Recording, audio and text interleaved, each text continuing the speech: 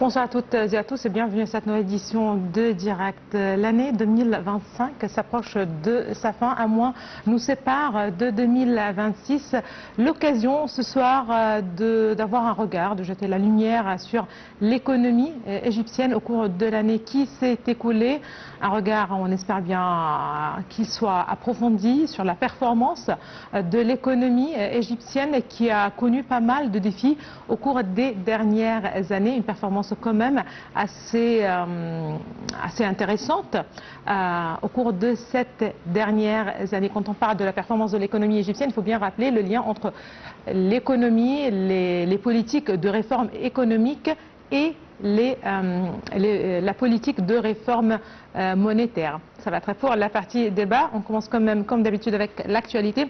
Et à la une de l'actualité, c'est le président Abdel Fattah el-Sisi qui a ordonné le lancement d'une deuxième gamme de mesures d'incitation fiscale. Le président el-Sisi a souligné l'importance de poursuivre le développement du système fiscal et de construire de nouvelles relations, de nouveaux liens entre les parties prenantes fondés sur la confiance, la crédibilité et la certitude. Le président el-Sisi s'exprimait lors d'une réunion avec le Premier ministre ainsi que le ministre des Finances afin d'examiner les caractéristiques et les détails de cette deuxième gamme de mesures d'incitation fiscale dont le président el-Sisi avait ordonné son lancement.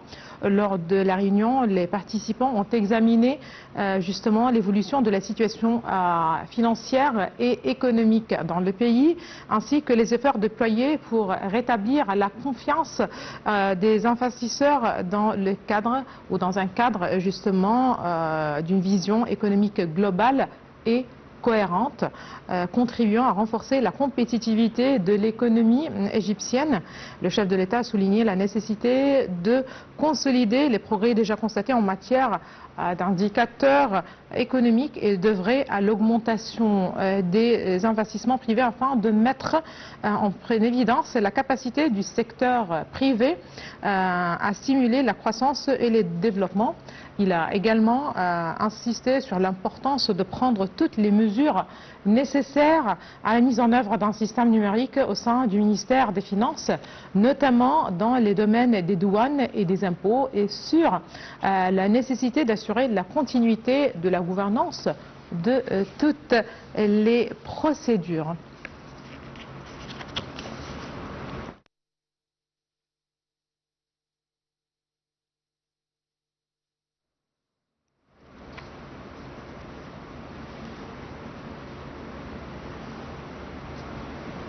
Le Premier ministre Moustapha Madbouli s'est réuni dimanche avec des représentants de l'entreprise minière internationale AngloGold Ashanti et qui exploite la mine d'or de Sukari. La réunion s'est déroulée en présence du ministre du pétrole et des ressources minérales, Karim Badawi, au siège du gouvernement dans la nouvelle capitale.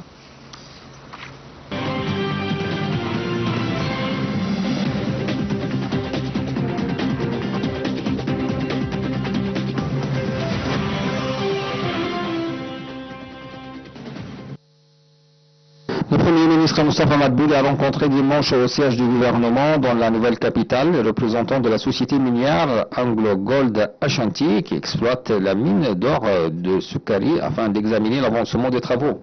Au cours de la réunion, le Premier ministre a salué le partenariat existant entre le gouvernement égyptien et AngloGold Ashanti, exploitant de la mine de Sukari, la plus grande des mines d'or d'Égypte. Il a souligné qu'il y a des plans ambitieux visant à accroître la production d'or de la mine, ce qui nécessite une action entre l'entreprise et toutes les agences gouvernementales concernées afin d'accélérer les travaux et d'atteindre ces objectifs. Lors de la réunion, le ministre du pétrole et des ressources minérales, Karim Badawi, a passé en revue les mesures prises par son ministère pour soutenir le secteur minier, soulignant la grande importance que l'État a accordée à ce secteur. Il a également salué l'importance partenariat avec AngloGold Ashanti à la mine de Sukari qui figure parmi les 10 premières mines d'or au monde et gérée grâce au système technologique le plus moderne. Le ministre a souligné la coopération avec l'entreprise pour renforcer les compétences des mineurs, ce qui contribuera à optimiser la rentabilité de cet important atout national.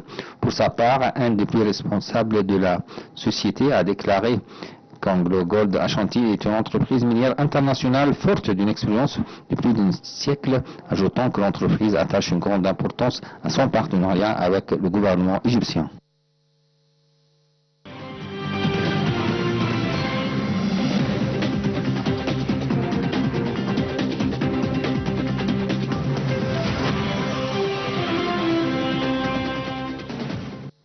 Économie à présent, c'est bien l'économie égyptienne qui poursuit en 2025-2026 la mise en œuvre d'un ensemble de réformes structurelles visant à sensibiliser ou plutôt à stabiliser les fondamentaux macroéconomiques, renforcer le rôle du secteur privé et améliorer le climat d'investissement en général.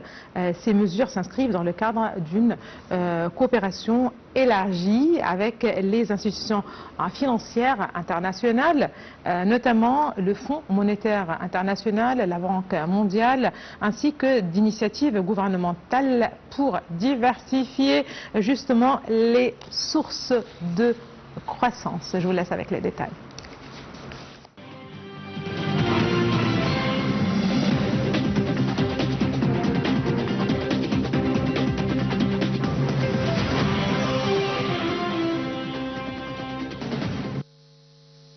Selon les estimations d'institutions internationales et d'organismes régionaux, la croissance économique de l'Égypte en 2026 devrait s'établir entre 4,3% et 5,0%, portée par l'augmentation des investissements privés et étrangers, la reprise progressive de la consommation intérieure, l'amélioration des performances des secteurs productifs et le regain d'activité dans le tourisme et les exportations non pétrolières.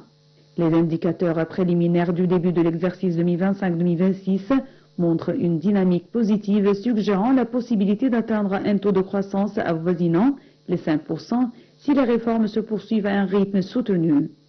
Malgré les signaux positifs, plusieurs facteurs pourraient influencer la trajectoire de croissance des pressions inflationnistes persistantes et limitant le pouvoir d'achat.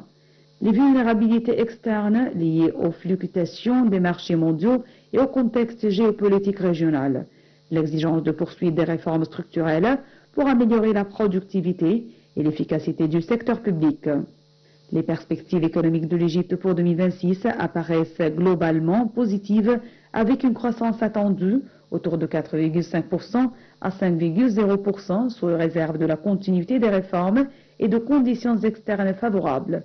La période à venir sera déterminante pour consolider la confiance des investisseurs, créer de nouveaux emplois et garantir une amélioration tangible des conditions de vie.